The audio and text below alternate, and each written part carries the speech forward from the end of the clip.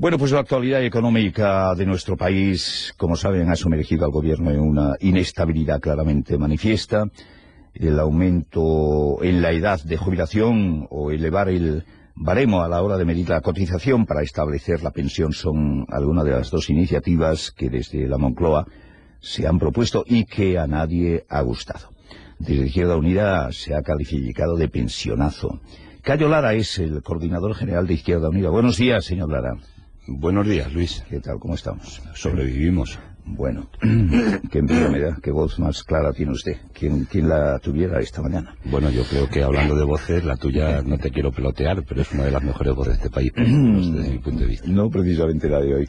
Bueno, pues quiero preguntarle así de entrada, señor Lara, ¿cuál es, si un extraterrestre tomara en este momento, pisara Madrid y se encontrara con usted y le preguntara, oye, señor Lara, ¿cuál es la situación de ustedes? ¿Cuál es la situación de España? Bueno, pues una situación, yo creo que una de las peores situaciones que yo he conocido en mi vida desde el punto de vista del desempleo, desde el punto de vista económico y sobre todo que con las medidas que estamos viendo poner en la mesa, las escasas medidas que aparecen, no se ve esperanza de futuro y claro, no se le puede quitar la esperanza a un país. Entonces nosotros por eso creemos que hay que empujar en la línea de propuestas concretas, alternativas y de alguna forma cambiar eso que se denomina como confianza. Hay que llevar confianza a la gente, pero eso tiene que ser sobre lo concreto y claro, cuando con una situación tan dura como la que tenemos, pues aparecen propuestas que además están, yo creo que hasta fuera del tiempo que nos ha tocado vivir en este momento concreto de la historia, como intentar incrementar la edad de jubilación a los 67 años, pues encima se incide mucho más desde el punto de vista de endurecer y además de asustar a la gente con medidas que además pensamos que no tienen ningún tipo de sentido ni ningún tipo de fundamentación. Por cierto, que ustedes están promoviendo una campaña para recoger 500.000 firmas con el objetivo de presentar una proposición de ley que garantice que la edad de jubilación permanezca en los 65 años, ¿no? Sí, porque consideramos que no solamente lo que digamos a nivel de nuestro grupo político, sino también lo que respalde la ciudadanía, que es lo que tiene valor, y lo que queremos hacer es una campaña de pedagogía, no solo ir a pedirle a la gente una firma para que no se incremente a los 67 años la edad de jubilación, sino hacer pedagogía y explicar por qué razones nosotros entendemos que no es esta medida adecuada en este momento concreto, que es injusta, que es un despropósito del gobierno y qué razonamiento damos para ello. Ese es lo que queremos explicarle a la gente, porque no se trata de que mandemos simples mensajes, sino que hay que hacer pedagogía y explicar, y eso lo que nos va a permitir es ir a la búsqueda de esas 500.000 firmas. ¿Y cómo convencería usted al exsecretario general de Comisiones Obreras, José María Fidalgo, que dice que jubilarse a los 67 es de sentido común? Bueno, el sentido común depende de quién esté pensando cuando habla de ese sentido común. El sentido común de la inmensa mayoría de los mortales en este país es que no es posible que se esté planteando aumentar la edad de jubilación cuando tenemos 4 millones de parados. Si le damos empleo a esos 4 millones de parados, pues habrá cotizaciones a la seguridad social y no será necesario aumentar la edad de jubilación. ¿Cómo se puede plantear eso cuando tenemos una situación de superávit en la seguridad social? Hemos cerrado 2009 con más de 8.000 millones de euros de superávit en las cuentas de la seguridad social.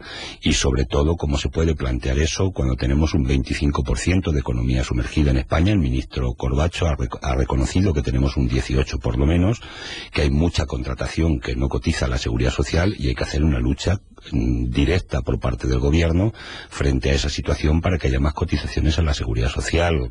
Le podíamos decir, por ejemplo, que por qué no se da de alta a los becarios, que es un elemento importante. Le podíamos decir que por qué no se da de alta incluso a los inmigrantes sin papeles que se contraten y se separa el permiso de residencia del contrato de trabajo.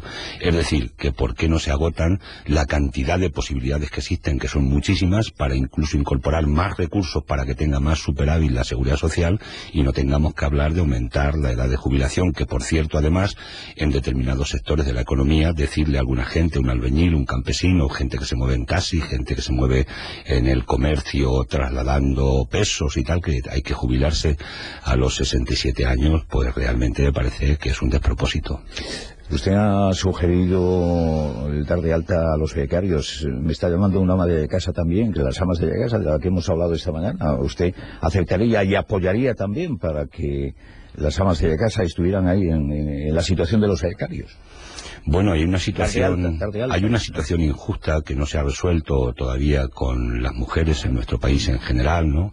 Y la figura del ama de casa, pues efectivamente es un tema que no se ha resuelto, no tiene cotizaciones a la Seguridad Social, tiene que depender, en el caso de que fallezca el compañero, el marido, pues de la pensión de viudedad, que por cierto están en un 52% todavía de la base de cotización, pensiones muy pequeñas, y hay que buscar fórmulas para de alguna forma integrar también este trabajo que se hace en la Seguridad Social. Es un debate complejo, pero no por eso no significa que no haya que avanzar en él.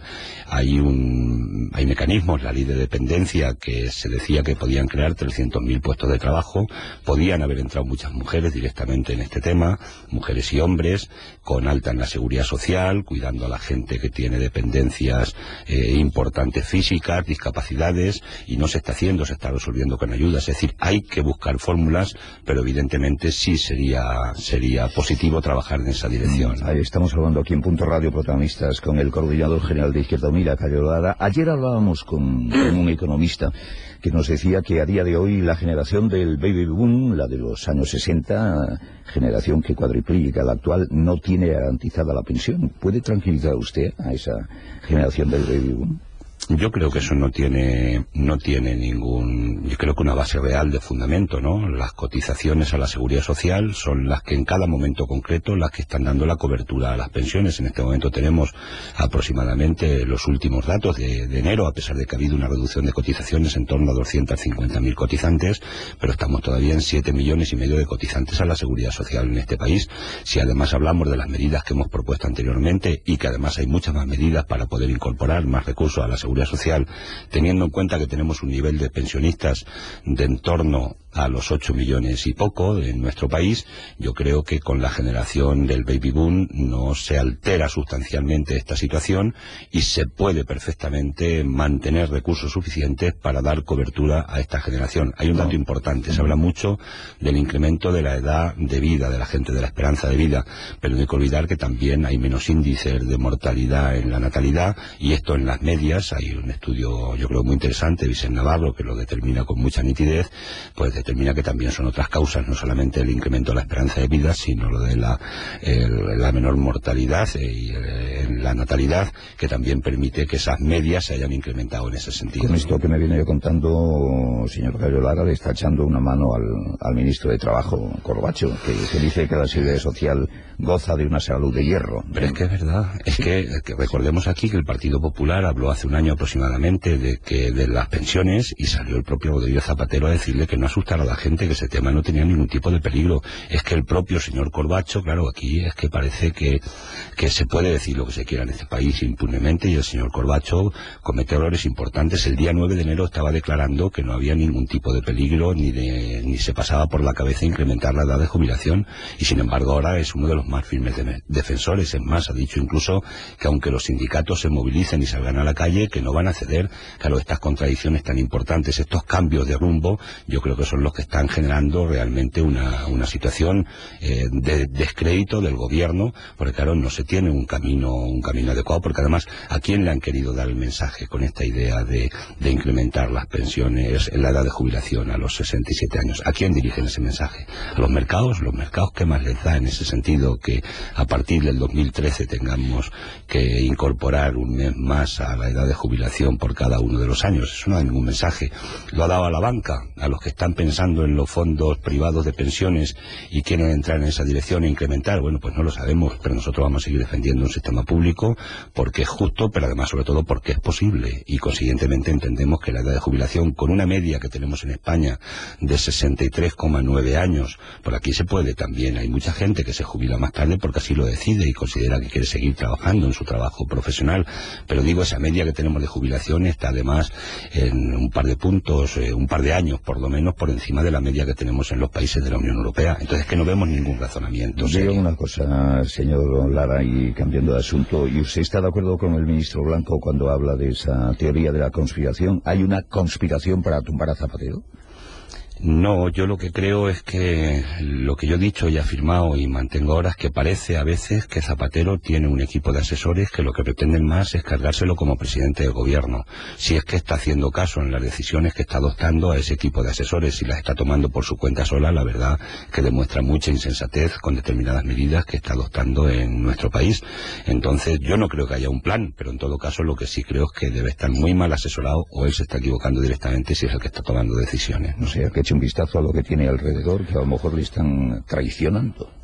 Bueno, nosotros le hemos hecho propuestas, sinceramente, nosotros llevamos desde el mes de abril, le llevamos 20 propuestas concretas de Izquierda Unida, entendiendo que debíamos dar una salida social a la crisis por la izquierda, en favor de los trabajadores y trabajadoras, de la gente más desprotegida, y además medidas que tienen calado de apoyo a la pequeña y mediana empresa, abordar los problemas de la vivienda, un plan de choque contra el empleo, y esas medidas siguen vírgenes. Le hemos vuelto a dirigir otro escrito diciéndole que nosotros queremos estar en una posición, desde nuestra modestia política, en una posición constructiva, porque tenemos que salir de esta situación, no podemos dejar la desesperanza que se instale plenamente en nuestro país y consiguientemente pues lo que nosotros le estamos diciendo es que nos mire más a la izquierda, que mire más a las necesidades que tiene la gente que está sufriendo y que mire un poco menos los bolsillos de los banqueros, que parece que están muy entregados a determinadas políticas, y al Fondo Monetario Internacional, que no da buenos consejos en las políticas para nuestro país. ¿Y ustedes desde Izquierda Unida apoyan una moción de censura, señor Lara? Una moción de censura tiene que venir necesariamente avalada por un plan alternativo para que no solamente los parlamentarios, sino que los ciudadanos y ciudadanas puedan ver que tiene solidez, que se quiere construir algo sobre unas bases sólidas. Lo que nosotros conocemos, la única declaración que ha hecho la portavoz del Partido Popular, la secretaria general, María Dolores de Cospedal, creo que fue la que hizo la afirmación de la moción de censura. Nosotros no le vemos al Partido Popular ninguna propuesta alternativa. Lo vemos más en que está en una situación destructiva desde el punto de vista político, que nada ayuda incluso a la propia imagen del partido, y los resultados están ahí.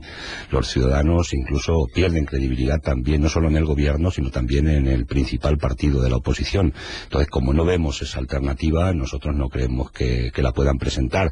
En todo caso, lo que sí creemos y estamos convencidos es que Rodríguez Zapatero tiene que cambiar la política en nuestro país. Y lo que le pregunta a Juana María Ortiz, un oyente que me está enviando este correo en este momento, dice: soy por tradición familiar simpatizante y en ocasiones militante del Partido Comunista de España, del partido como le llamábamos heroicamente en el franquismo, mientras que los socialistas eran unos cobardes silenciosos o unos trepas.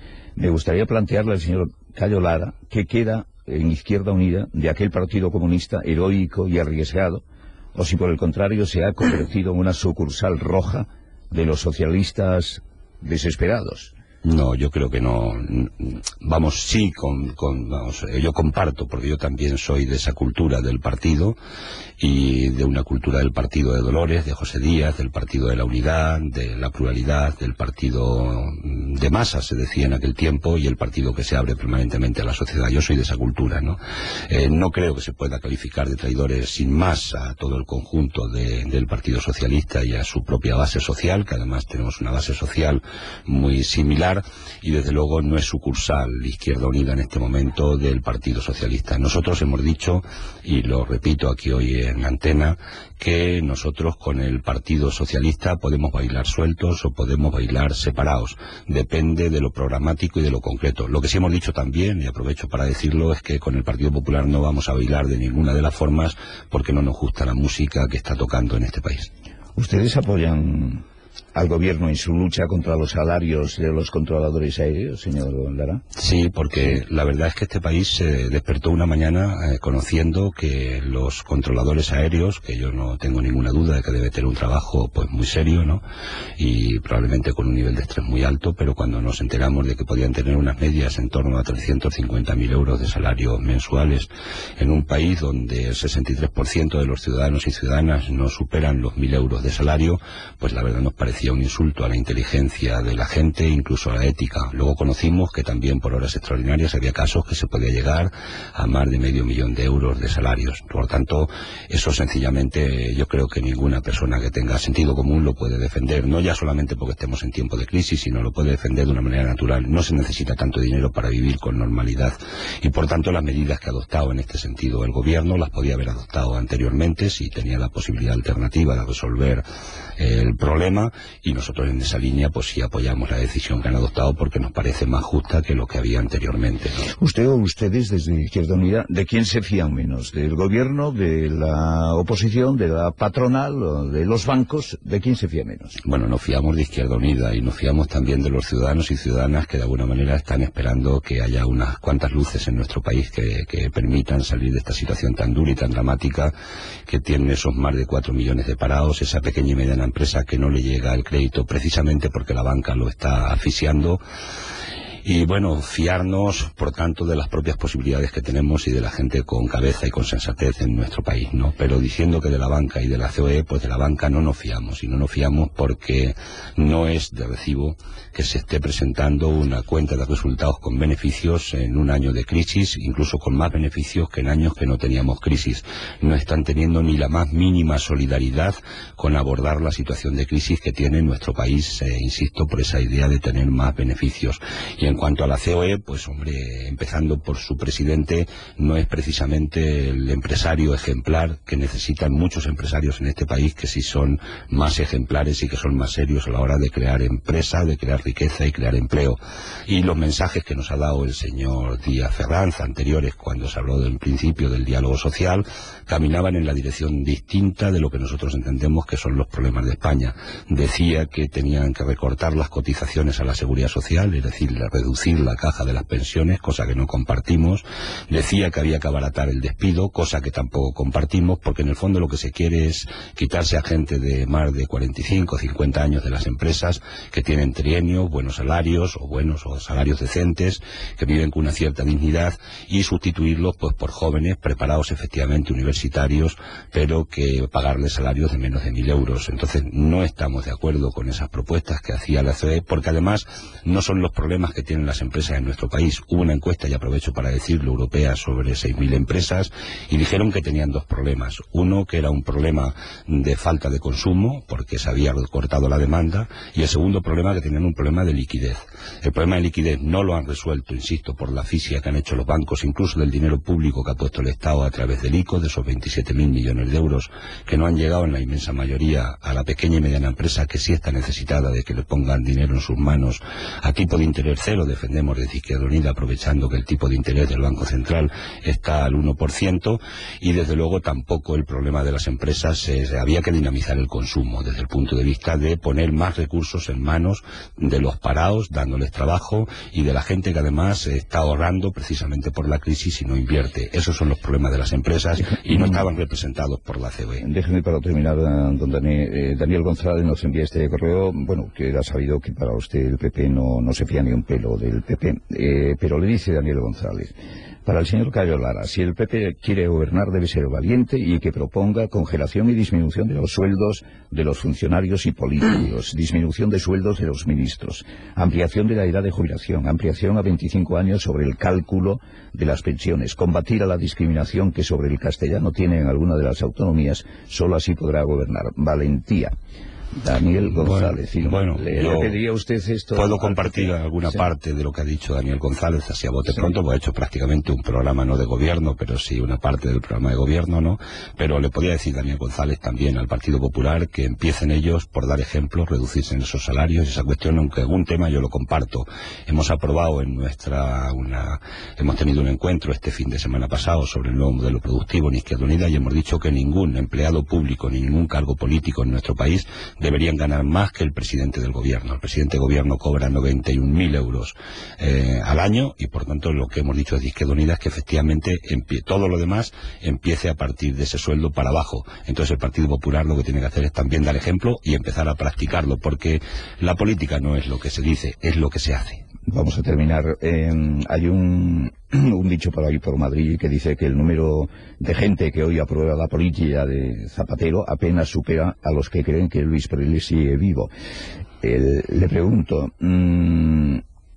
¿está tan roto como dice sobre todo quienes no le quieren bien el presidente del gobierno? Bien, yo es que creo que él puso sus esperanzas mucho en Obama. Perdón, como nos decía Soraya Sáez de Santamaría, Zapatero va por ahí como pollo sin cabeza. Bueno, yo dije una vez una expresión que voy a decir ahora porque, bueno, no quiero que sea insultante porque no me gusta, no es mi estilo, pero decía yo una vez que Zapatero se parecía a un pato que cada paso que daba hacía una cagada, ¿no? O sea, sabéis que esto los patos lo hacen mucho, ¿no? Y en el sentido de política económica hay que tener mucho cuidado con las decisiones, para tomar decisiones que son injustas, innecesarias, y por ejemplo, pues la última es recortar 50.000 millones del gasto público, especialmente en la política de inversiones y en la tasa de restitución de los trabajadores públicos que se jubilan. Yo creo que se equivoca en la línea de actuación, está cometiendo muchísimos errores. Los milagros no van a resolver la política económica española y hay que enfocar la política desde otra perspectiva.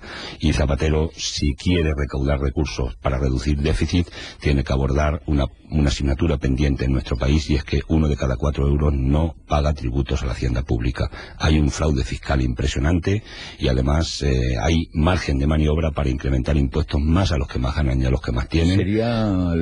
Sería un disparate que con esta situación Zapatero se fuera de su casa, dimitiera.